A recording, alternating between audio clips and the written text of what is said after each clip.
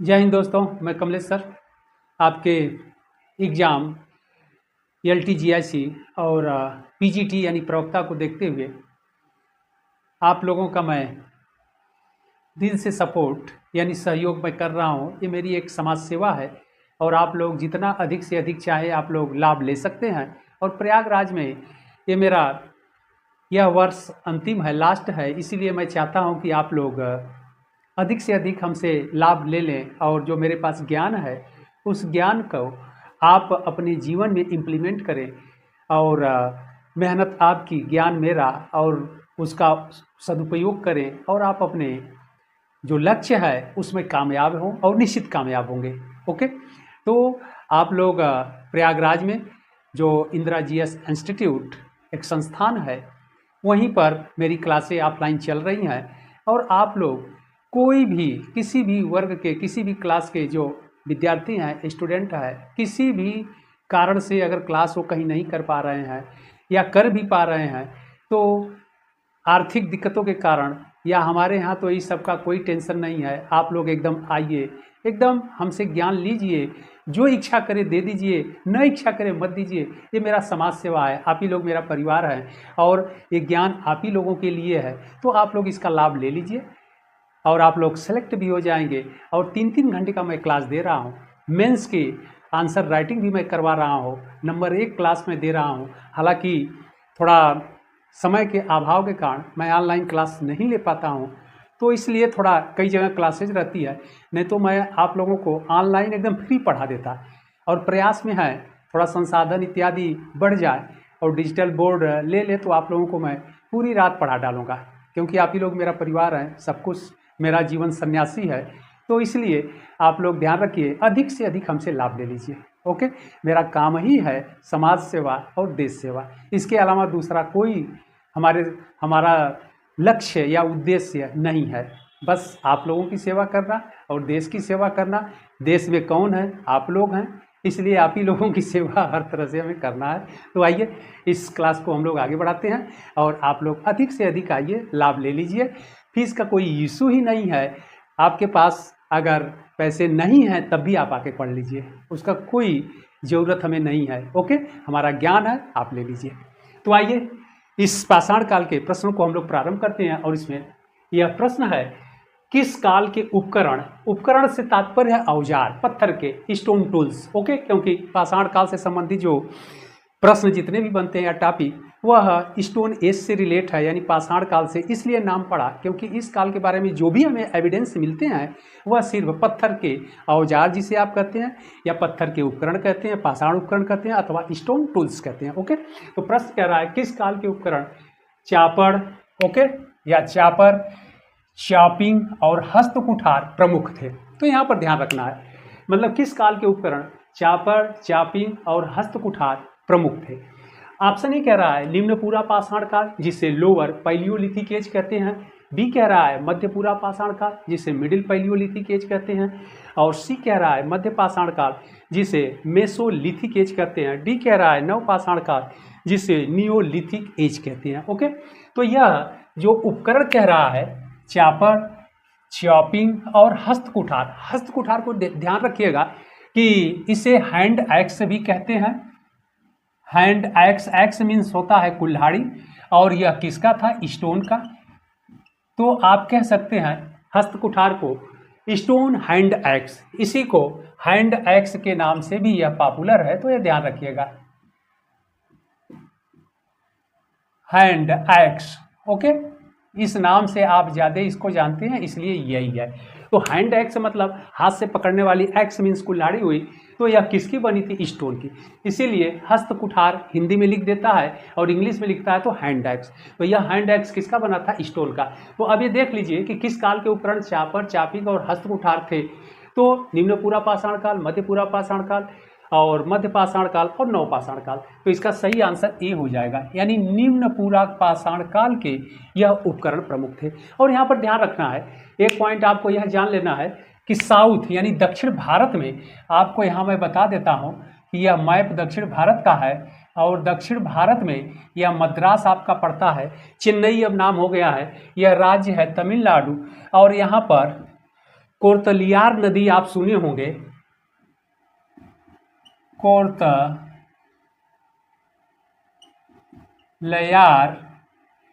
एक नदी है, कावेरी में जाके मिल जाती है, कोर्तलयार रिवर। इसी घाटी में यह हैंड एक्स प्रकार के उपकरण पाए गए, यानी हैंड एक्स प्रकार के सबसे अधिक उपकरण इस दक्षिण भारत में पाए गए। और पाषाण काल का आप कह लीजिए, अथवा पैलियोलिथिक एज का कह लीजिए, अथवा निम्न पूरा पाषाण काल का, या पूरे पाषाण काल में आप कह सकते हैं कि पहला जो औजार मिला, पत्थर का औजार मिला या पत्थर का उपकरण मिला, यानी पाषाण उपकरण मिला, वह हैंड एक्स ही मिला और दक्षिण भारत से। और इसे खोजने वाले भी जो थे 1863 में, 1863 में विद्वान का नाम है रॉबर्ट ब्रूसफुट, रॉबर्ट ब्रूस, ठीक, विद्वान का नाम था रॉबर्ट ब्रूसफुट ने 1863 में कोर्तयाल नदी घाटी में पल्लवरम नामक स्थान पर, ध्यान रखना है पल्लवरम नामक स्थान पर, जो चेन्नई के पास पड़ता है, नज़दीक पड़ता है, कोर्तलयार नदी घाटी में पड़ता है, यहीं से सबसे पहला यह हैंड एक्स उपकरण पाया गया। और जो चापर चापिंग उपकरण है, यह उत्तर भारत से सिंधु नदी के क्षेत्रों से पाया गया। और सिंधु नदी की एक सहायक सोहन रिवर है, या सोहना रिवर, या सोहन नदी घाटी कहते हैं। तो सोहन नदी घाटी में चापर चापिंग प्रकार का स्टोन टूल्स पाया गया। तो यह आपसे क्वेश्चन बहुत इंपॉर्टेंट है, तो यह भी आप जान गए। आपसे एग्जाम में पूछा जाता है कि पाषाण काल में पहला उपकरण कौन, औजार कौन खोजा गया, तो वह है हैंड एक्स। और कहाँ से मिला? दक्षिण भारत से। खोजने वाले कौन थे? विद्वान का नाम रॉबर्ट ब्रूसफुट, ओके। और कहाँ से मिला है? पल्लवरम नामक स्थान से। और जो चापर चापिंग उपकरण है, यह उत्तर भारत में मिला है। आज यह स्थान पाकिस्तान में चला गया है, मैप के साथ हम दिखा देंगे। और सोहन रिवर घाटी में, जो सिंध नदी में आके मिल जाती थी, ओके। तो यह इतने जो फैक्ट्स पर एक्स्ट्रा हम लोग डिस्कशन किए, जो आपके एग्जाम के लिए बहुत ही इम्पॉर्टेंट है। तो बढ़ते हम लोग अगले प्रश्न की ओर। प्रश्न कह रहा है, सर्वप्रथम, ध्यान रखना है, फर्स्ट टाइम, सर्वप्रथम मानव गतिविधियों का साक्ष्य यानी प्रमाण यानी एविडेंस किस नदी घाटी में मिला है? ओके, बहुत इंपॉर्टेंट क्वेश्चन है आपके एग्जाम के लिए। कह रहा है सर्वप्रथम मानव गतिविधियों का साक्ष्य किस नदी घाटी में मिला है? ऑप्शन ए कह रहा है सोहन नदी घाटी, ओके। बी कह रहा है गंगा नदी घाटी, सी कह रहा है सोन नदी घाटी, ओके। और डी कह रहा है नर्मदा नदी घाटी। बहुत इंपॉर्टेंट क्वेश्चन है, तो मैं आप लोगों को बताता हूं। इसका सही आंसर हो जाएगा नर्मदा नदी घाटी, ओके। तो यह नर्मदा नदी जो घाटी है, आप लोग जानते ही हैं कि यह नर्मदा नदी, यह नीचे का, ये नर्मदा नदी अरब सागर में आकर के गिरती है। नर्मदा नदी अमरकंटक से निकलती है, यानी मध्य प्रदेश एमपी से, और आकर के अरब सागर में गिर जाती है। जीएस जनरल स्टडी का भी क्वेश्चन है, कौन नदी पश्चिम दिशा में बहती है? रिफ्ट घाटी से निकलती है, ओके, यानी जिसको भ्रंश घाटी भी आप कहते हैं, या दरार, तो निकलती है। इसी घाटी में फर्स्ट टाइम मानव के, ध्यान रखना है, कह रहा है मानव गतिविधियों का साक्ष्य मिला है। तो मानव के रहने का फर्स्ट टाइम जो एविडेंस मिलता है, इसी नर्मदा नदी घाटी से मिलता है, ओके। और नर्मदा नदी घाटी में इस मानव के गतिविधियों यानी मानव के रहने का जो साक्ष्य दिया, वह विद्वान, उस विद्वान का नाम है अरुण सोनकिया। अरुण सोनकिया साहब ने सबसे पहले इस बात की जानकारी दी, और वह पुरातत्व सर्वेक्षण विभाग के चीफ थे, हेड थे, ओके। और इस बात की जानकारी उन्होंने सबसे पहले जो है कि दिया कि नर्मदा नदी घाटी में संभवतः मानव रहे होंगे, यानी भारत में, या आप कह लीजिए कि भारत में सबसे प्राचीन, और सबसे प्राचीन से तात्पर्य है पाषाण काल, उसके पहले तक का तो अभी तक कोई एविडेंस नहीं मिला है। यानी स्टोन एज में फर्स्ट टाइम मानव के रहने का साक्ष्य अथवा गतिविधियां इस कहाँ से मिला है? नर्मदा नदी घाटी से। इस बात का पता लगाने वाले या इसकी जानकारी देने वाले विद्वान अरुण सोनकिया साहब है, ओके। तो बहुत इंपॉर्टेंट है, इस बात को ध्यान रखना है। और इस सेशन का जो प्रश्न है, ब्लेड प्रधान संस्कृति किस परंपरा के परिचायक लक्षण है? बहुत इंपॉर्टेंट क्वेश्चन है, ध्यान आपको रखना है। कह रहा है ब्लेड प्रधान संस्कृति परंपरा के किस परंपरा के परिचायक लक्षण है? ऑप्शन ए कह रहा है निम्न पूरा पाषाण काल, ऑप्शन बी कह रहा है उच्च पूरा पाषाण काल, और ऑप्शन सी कह रहा है मध्य पाषाण काल, और ऑप्शन डी कह रहा है नव पाषाण काल। ओके, तो यहाँ पर ध्यान रखना है कि जो निम्न पूरा पाषाण है इसको लोअर पैलियो लिथिक एज कहते हैं। ओके, और जो उच्च पूरा पाषाण काल है इसे अपर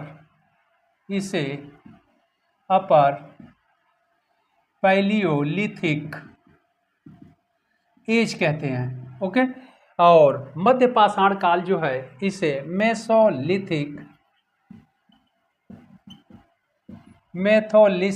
एज अथवा पीरियड के नाम से जाना जाता है। और जो डी कह रहा है नव पाषाण काल इसे नियोलिथिक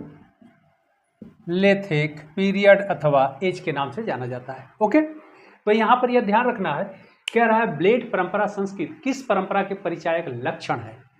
तो कह रहा है निम्न पूरा पाषाण काल, बी कह रहा है उच्च पूरा पाषाण काल, और सी कह रहा है मध्य पाषाण काल, और डी कह रहा है नव पाषाण काल। तो इसका सही आंसर होगा बी, उच्च पूरा पाषाण काल का यह लक्षण है। उच्च पूरा पाषाण काल में ब्लेड प्रधान, उच्च पूरा पाषाण काल को ब्लेड संस्कृति या ब्लेड प्रधान कल्चर के नाम से जाना जाता है। क्यों? क्योंकि इस काल में जो स्टोन टूल्स बनने लगे वह पूर्व की काल यानी निम्न पूरा पाषाण काल और मध्य पूरा पाषाण काल के बाद तब उच्च पूरा पाषाण काल आता है। तो पूर्व दोनों काल की अपेक्षा इस काल में और स्मूथ, ओके, और धारदार, ब्लेड से तात्पर्य है धार से यानी फलक से, ओके, यानी पूर्व की अपेक्षा हल्का, स्मूथ और धारदार बनने लगे। इसीलिए इस उच्च पूरा पाषाण काल को ब्लेड प्रधान संस्कृति के नाम से जाना जाता है। बहुत इंपॉर्टेंट है, आपसे क्वेश्चन में हमेशा पूछा जाता है। यहाँ तक कि यूजीसी नेट जेआरएफ के एग्जाम में भी ये प्रश्न आए हैं। ओके, तो आपको ध्यान रखना है, और अन्य कंपटीशन में भी, एग्जाम में भी यह प्रश्न पूछे गए हैं, तो बहुत इंपॉर्टेंट है। ओके, अगला प्रश्न कह रहा है फलक प्रधान संस्कृति किस परंपरा के परिचायक लक्षण है? यह भी प्रश्न बहुत इंपॉर्टेंट है, ध्यान रखना है आपको एग्जाम के दृष्टिकोण से। कह रहा है फलक प्रधान संस्कृति किस परंपरा के परिचायक लक्षण है? ऑप्शन ई कह रहा है निम्न पूरा पाषाण काल, ऑप्शन बी कह रहा है मध्य पूरा पाषाण काल, और ऑप्शन सी कह रहा है मध्य पाषाण काल, और ऑप्शन डी कह रहा है नव पाषाण काल। ओके, तो इसका सही आंसर होगा बी, ओके, यानी मध्य पूरा पाषाण काल यानी मिडिल पैलियोलिथिक एज। क्यों? क्योंकि पहला जो काल जो निर्धारित किया गया है, ओके, वह निम्न पूरा पाषाण काल यानी पूर्व पाषाण काल को भी 3 भागों में डिवाइड किया गया है, क्लासिफिकेशन उसका किया गया है, निम्न पूरा पाषाण काल, मध्य पूरा पाषाण काल और उच्च पूरा पाषाण काल। ओके, क्लास के बाद क्वेश्चंस के बाद हम आप लोगों को ये टॉपिक अच्छे से पढ़ा भी देंगे। ओके, क्योंकि इस टॉपिक से काफ़ी क्वेश्चन आते हैं और आप लोगों से काफ़ी क्वेश्चन गलत भी हो जाते हैं, तो एकदम साइंटिफिक तरीके से कॉन्सेप्ट और फैक्ट्स के साथ हम समझा देंगे। तो इसीलिए जो पूर्व पाषाण काल है, पहला काल, उसे 3 भागों में निम्न पूरा पाषाण काल, मध्य पूरा पाषाण काल और अगला है उच्च पूरा पाषाण काल। ओके, तो निम्न पूरा पाषाण के बाद जो दूसरा काल आया यानी मध्य पूरा पाषाण काल, जिसे मिडिल पैलियोलिथिक एज कहते हैं, इस काल के जो स्टोन टूल्स थे यानी जो पत्थर के औजार जिसे आप कहते हैं, पत्थर के उपकरण जिसे आप कहते हैं, यह निम्न पूरा पाषाण काल की अपेक्षा इसमें फलक से तात्पर्य है धार। ओके, तो पहले के अपेक्षा इस काल में जो प्रयोग किए वह थोड़ा धारदार था। ओके, और इस मध्य पूरा पाषाण काल को जो मिडिल पैलियोलिथिक एज है यानी काल है, इस काल के जो स्टोन टूल्स है यानी पाषाण उपकरण है, इस पाषाण उपकरण का अध्ययन कर जो विद्वान किए और अध्ययन करके इसका नाम फलक प्रधान कल्चर या संस्कृति रखे, वह है एच.डी. संकालिया साहब। तो विद्वान एच.डी. संकालिया साहब ने, यह भी आपसे क्वेश्चन पूछा जा सकता है, एच.डी. संकालिया साहब ने इस मध्य पूरा पाषाण काल के स्टोन टूल्स यानी पत्थर के औजार का स्टडी कर, अध्ययन कर, इस काल को फलक प्रधान संस्कृति अथवा फलक प्रधान कल्चर नाम दिया। तो यह भी आपको जानना जरूरी है कि मध्यपुरा पाषाण काल को फलक प्रधान संस्कृति के नाम से जाना जाता है, और यह नाम देने वाले जो विद्वान है एच.डी. संकालिया। आप लोग नोट कर लीजिएगा एच.डी. संकालिया साहब का नाम। ओके, बहुत इंपॉर्टेंट है। तो आइए पढ़ते हैं हम लोग अगले प्रश्न की ओर। बहुत ही इंपॉर्टेंट क्वेश्चन है, आपके एग्जाम के दृष्टिकोण से यह प्रश्न बहुत ही इंपॉर्टेंट है, लाजवाब क्वेश्चन है। प्रश्न कह रहा है सर्वप्रथम मानव के खोपड़ी, ध्यान रखना है, खोपड़ी अथवा कपाल, ओके, यानी मानव का खोपड़ी अथवा कपाल का साक्ष्य कहाँ से प्राप्त हुआ है। तो यह प्रश्न है, क्या कर रहा है कि पाषाण काल में। ओके, सारा एक क्वेश्चन जो है हम लोग स्टोन एज से पढ़ रहे हैं, यानी पाषाण काल। तो पाषाण काल से यह बहुत इंपॉर्टेंट क्वेश्चन है कि सर्वप्रथम मानव के खोपड़ी अथवा कपाल का साक्ष्य कहाँ से प्राप्त हुआ। ऑप्शन ए कह रहा है चौंतरा, ऑप्शन बी कह रहा है सिहावल, ऑप्शन सी कह रहा है हथनौरा, और ऑप्शन डी कह रहा है पिंडी घेव। ओके, तो यहाँ पर ध्यान रखना है कि इसका सही आंसर होगा सी, हथनौरा से। और यह जान लेना है आपको कि हथनौरा कहाँ पड़ता है, यह भी आप लोग जान लीजिए। हथनौरा मध्य प्रदेश में पड़ता है, यानी एमपी में। ओके, एक प्रश्न यह भी हो गया क्योंकि एग्जाम में पूछा जाता है, एक तो नदी पूछी जाती है तो नर्मदा नदी घाटी में, और राज्य हो गया मध्य प्रदेश यानी एमपी हो गया, और डिस्ट्रिक्ट भी आपसे पूछ दिया जाता है कभी कभी, कि जिला भी पूछ दिया जाता है। यह हथनौरा साइट या स्थान न दे करके, तो एक तो अगला प्रश्न यह भी जान लीजिए होशंगाबाद। ओके, तो होशंगाबाद डिस्ट्रिक्ट यानी जिला, तो होशंगाबाद जिला में यह पड़ता है कौन, हथनौरा। तो इतने प्रश्न आपके एक्स्ट्रा तैयार हुए कि हथनौरा से मिला, सर्वप्रथम मानव के खोपड़ी अथवा कपाल का साक्ष्य कहाँ से प्राप्त हुआ, हथनौरा साइड से यानी स्थान से, मध्य प्रदेश में पड़ता है, होशंगाबाद जिले में पड़ता है। और यहाँ पर यह भी हम लोग जान लें कि इसका खोज किसने किया। तो पुरातत्व सर्वेक्षण विभाग के जो प्रमुख थे अरुण सोनकिया साहब ने, अरुण सोनकिया साहब ने इसकी खोज किया, और वह भी 1982 में किया, 5 दिसंबर। ध्यान रखिएगा, पूरा डेट दिमाग में बैठा लीजिए। आप लोगों को एक एक चीज मैं बताऊंगा, डेट के साथ बताऊंगा। ओके, तो इतने प्रश्न तैयार हो गए।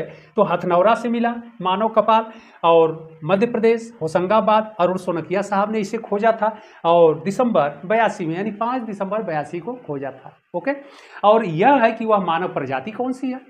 तो जब उसका परीक्षण किया गया तो पता चला कि वह जो मानव प्रजाति है वह होमो इरेक्टस है, होमो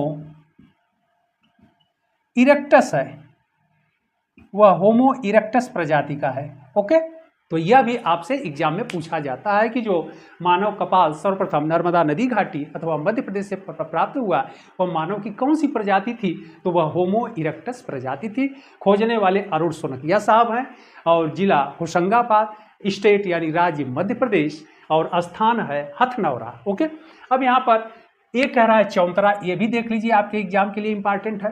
तो यह सोहन नदी घाटी में पड़ता है, सोहन नदी घाटी में पड़ता है, ध्यान रखिएगा आप लोग। और सोहन नदी घाटी आज वर्तमान में पाकिस्तान देश में चला गया है।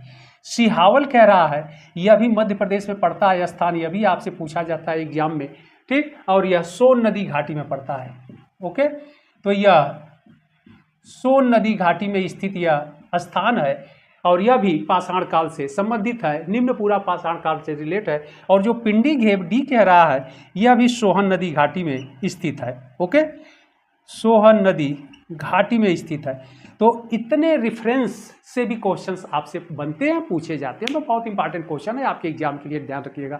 एक एक चीज़ आप लोगों को समझाऊंगा, और मैं दिल से, क्योंकि ये मेरी समाज सेवा है, आप लोगों से हमें एक पैसे क्या, 1 रुपये जो आप कहते हैं, या 1 पैसे, कुछ भी नहीं चाहिए। मैं शिक्षा से सेवा दे रहा हूँ, आप लोग अपने हैं, हम आपके हैं, और समाज सेवा करना मेरा कर्म है, क्योंकि मैं एक सन्यासी आदमी हूँ। आप लोगों की मैं सेवा करूँगा, फिर देश की सेवा करूँगा, यही हमारा लक्ष्य है।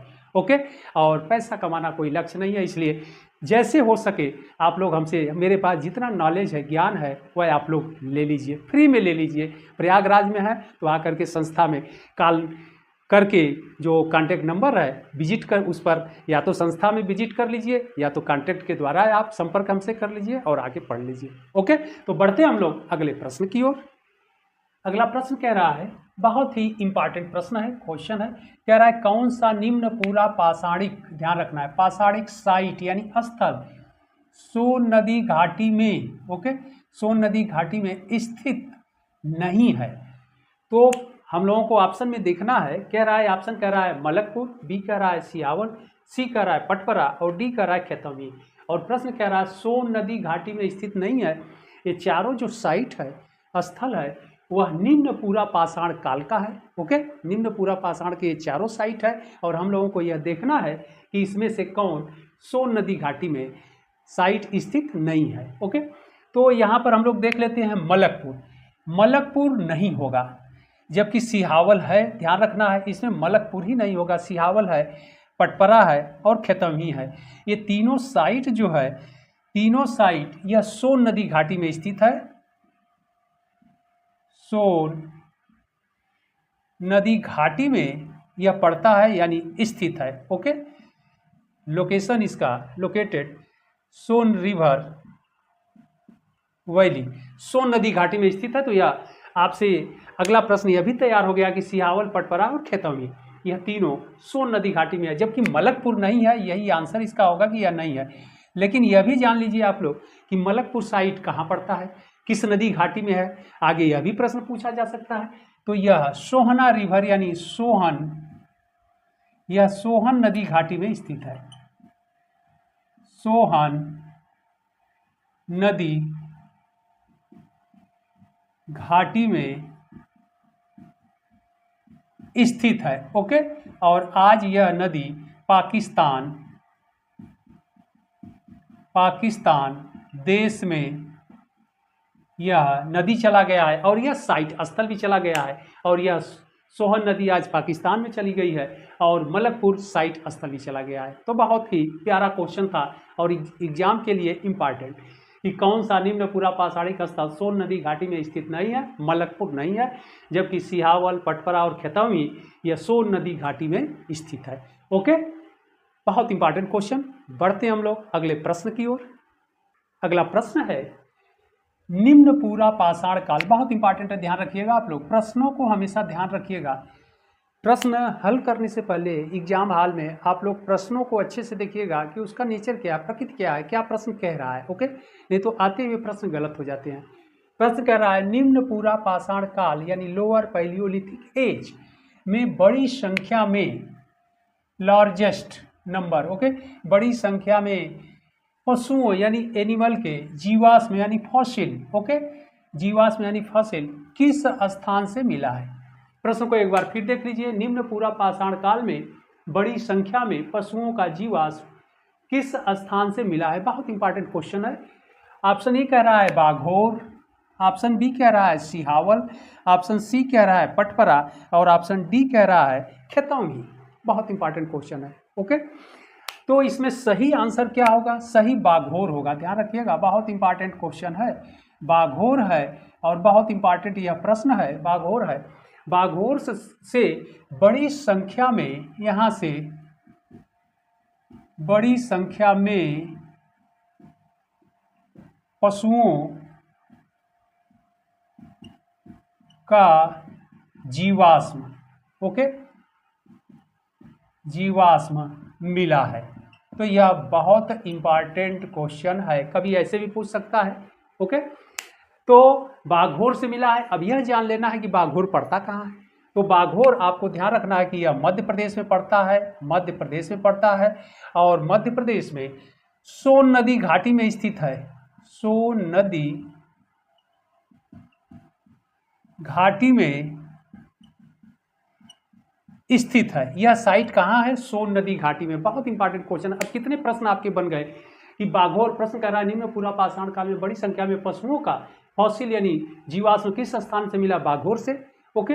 और बाघोर कहाँ है? मध्य प्रदेश में पड़ता है, यह भी आपसे प्रश्न बनाया जा सकता है आंसर। और यह बाघोर किस नदी घाटी में स्थित है? तो सोन नदी घाटी में स्थित है। ध्यान रखिएगा, सोन नदी घाटी दे देगा, नर्मदा नदी घाटी दे देगा, कंफ्यूजन क्रिएट हो जाता है, आप लोग गलत कर देते हैं। तो नर्मदा नदी घाटी में नहीं, अपितु सोन नदी घाटी में यह स्थित है। इस बात को ध्यान रखिएगा, बहुत इंपॉर्टेंट यह क्वेश्चन है। ओके, सारे क्वेश्चन पाषाण काल से मैं कम 1000 प्रश्न बनाया हूं और आप लोगों को सब कुछ देखते हैं, जितना पॉसिबल हो सकता है आप लोगों को मैं दे दूंगा। एग्जाम में कोई बाहर नहीं जाएगा, हालांकि 1000 बहुत ज़्यादा हो गए हैं, लेकिन आप लोग अगर संपर्क करेंगे तो मैं आप लोगों को वह सारे प्रश्न हम दे देंगे, समझा भी देंगे। ओके, लेकिन मैं प्रयास कर रहा हूं कि मैक्सिमम क्वेश्चन मैं आप लोगों को दे दूं कि जिससे आप लोगों का जो एग्ज़ाम है वो क्रैक हो जाए, आप लोगों का जो फ्यूचर है वह उज्जवल हो जाए, भविष्य उज्जवल हो जाए। ओके, तो बढ़ते हैं हम लोग अगले प्रश्न की ओर। कह रहा है बूचड़ खाना। ओके, बूचड़ खाना से तात्पर्य है स्लाउटर हाउस, जहां पशुओं की काटा जाता है। ओके, जहां पशुओं को काटा जाता है उसे बूचड़ खाना कहते हैं, यानी स्लाउटर हाउस। तो कह रहा है बूचड़ खाना क्षेत्र यानी स्लाउटर एरिया क्षेत्र का साक्ष्य कहाँ से प्राप्त हुआ है? बहुत इंपॉर्टेंट क्वेश्चन है। कह रहा है बूचड़ खाना क्षेत्र का ये साक्ष्य कहाँ से मिला है? स्थान पूछ रहा है। ऑप्शन ए कह रहा है पटड़े, ऑप्शन बी कह रहा है चौपानी मांडो, ऑप्शन सी कह रहा है सूरेगांव और ऑप्शन डी कह रहा है महदहा। ओके, बहुत इंपॉर्टेंट क्वेश्चन है, आपके एग्जाम में आना चाहिए और हमें लगता है आया भी है शायद ये प्रश्न। तो इसका सही आंसर होगा महदहा। ध्यान रखिएगा आप लोग, महदहा बहुत इंपॉर्टेंट यह क्वेश्चन है कि स्लाउटर एरिया यानी बूचड़ खाने का साक्ष्य महदहा से मिला है। अब अगला प्रश्न ये भी आप लोग जान लीजिए कि यह महदहा साइट है कहाँ? तो यह महदहा साइट मध्य पाषाण काल का साइट है, मध्य पाषाण काल का यह साइट है। यह भी आपसे एग्जाम में पूछा जाता है कि मध्य पाषाण काल का साइट है। पड़ता कहाँ है, इसका लोकेशन कहाँ है, वह भी देख लिया जाए, यह कहाँ पर लोकेटेड है। तो यह वर्तमान में देखा जाए तो यह उत्तर प्रदेश यानी यूपी, उत्तर प्रदेश के प्रतापगढ़ जिले में है, प्रतापगढ़ जिले में है, डिस्ट्रिक्ट है, ध्यान रखना है, जिला प्रतापगढ़ है। और यहाँ पर जो तहसील है वह पट्टी तहसील है। तो पट्टी तहसील में यह साइट या स्थान स्थित है। ओके, तो यह बहुत इंपॉर्टेंट है और इसकी खुदाई G.R.. Sharma, professor G.R.. Sharma के द्वारा, प्रोफेसर जी.आर. शर्मा के द्वारा कराया गया और उनके साथ प्रोफेसर बी.डी. मिश्रा सर भी थे, बी.डी. मिश्रा, ओके, उनके सहयोगी थे और प्रोफेसर जे.पी. पाल भी थे। तो यहाँ पर ध्यान रखना है, professor G.R.. Sharma, professor BD. Mishra साहब ने इस साइट को एक्सकवेट किया, यानी इसका खुदाई करवाया। ओके, और यह कहाँ है? मध्य पाषाण काल का स्थल है, उत्तर प्रदेश में स्थित है, प्रतापगढ़ जिले में स्थित है, उत्तर प्रदेश के प्रयागराज से सटा हुआ यह डिस्ट्रिक्ट है, जिला है, पट्टी तहसील में पड़ता है। तो बहुत इंपॉर्टेंट है। यहीं से क्या एविडेंस मिला है, साक्ष्य मिला है? बूचड़ खाने का बहुत इंपॉर्टेंट क्वेश्चन है, ये ध्यान रखिएगा आप लोग। अन्य साइट को भी देख लीजिए। अन्य साइट यह महाराष्ट्र में स्थित है, महाराष्ट्र में यह पड़ता है, ध्यान रखना है। चौपानी मांडो यह प्रयागराज जिले में पड़ता है, मेजा तहसील पड़ता है। ओके, और सूरेगांव भी महाराष्ट्र में पड़ता है, यह भी महाराष्ट्र में पड़ता है। तो यह भी आप लोग जान गए, पटड़े महाराष्ट्र, चौपानी मांडो प्रयागराज, मेजा तहसील, सूरेगांव भी महाराष्ट्र में पड़ता है। और बूचड़ खाने क्षेत्र का साक्ष्य Mahdaha Pratapgarh district, okay, state Uttar Pradesh और तहसील पट्टी तहसील। इसकी खुदाई प्रोफेसर जी.आर. शर्मा और प्रोफेसर बी.डी. मिश्रा के द्वारा। तो यह बहुत इंपॉर्टेंट क्वेश्चन था। ओके, तो इस सेशन के सारे क्वेश्चन हम लोगों ने इंपॉर्टेंट देखा और फिर इंपॉर्टेंट प्रश्नों की श्रृंखला के साथ हम लोग उपस्थित होते हैं। तब तक के लिए धन्यवाद। जय हिंद,